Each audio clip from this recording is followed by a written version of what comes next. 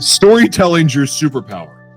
What's the first story you told that felt like it mattered to people? Ooh, that is a fantastic one. I would say in college, the story that mattered was the narrative that I was beginning to understand about myself and understand that I actually had something unique to say and that I wasn't an echo.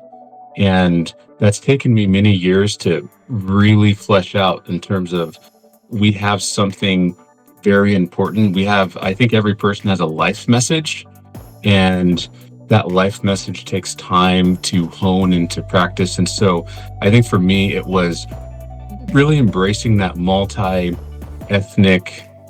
and that Renaissance perspective, because the world forces you into categories. You're black or you're white, or you have one career or you have another career.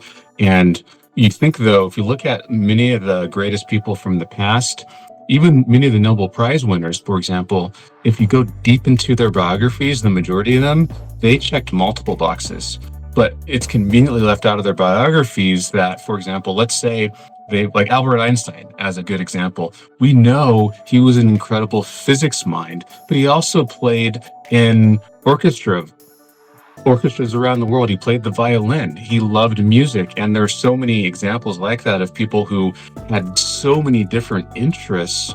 And they said that it was their Renaissance background that gave them insight into their science backgrounds, that gave them insight into their discoveries, into the things that the world knows them for. I mean, literally one after another.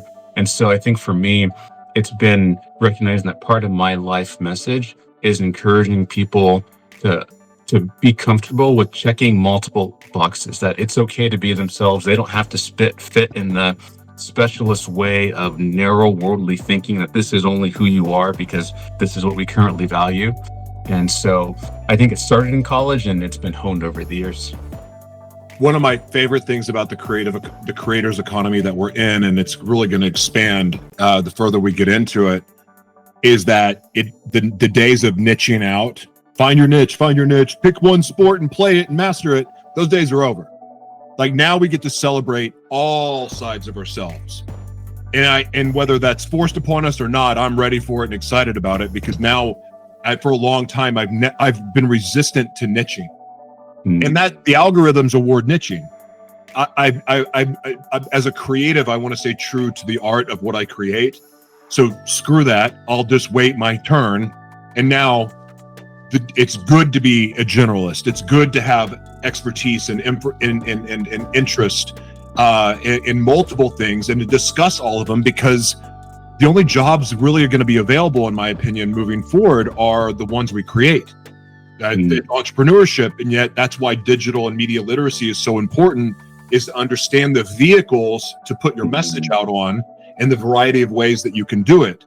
And so I celebrate that. I stand with you on that. And I think it's important. And it's also going to really allow us to, for myself, I mean, as somebody that has recovered from dissociative identity disorder, which used to be multiple personality disorder, one of the things that I love the most is that, like, I used to try to compartmentalize myself and I hated it. And it was like cutting off a part of my body. Well, now that I don't have that, I still have all of these sides of myself, but I'm ready and positioned to showcase all of it because I've been doing it. But it's also allowed me to find my identity in that and stand in that and be comfortable with who I am. So I feel like I'm really blessed and ahead of the game in some ways with that. And it sounds like you are too. This question's not planned, but for your students and other people that you associate with, do you see that trend changing naturally, or is it something that you think is more kind of being forced with people? Oh, in terms of people seeing more of a importance of being a generalist? Right, and showcasing more of themselves as opposed to only letting people see that one side that the algorithm is awarding. That's a great question. I think I've seen kind of a bifurcated view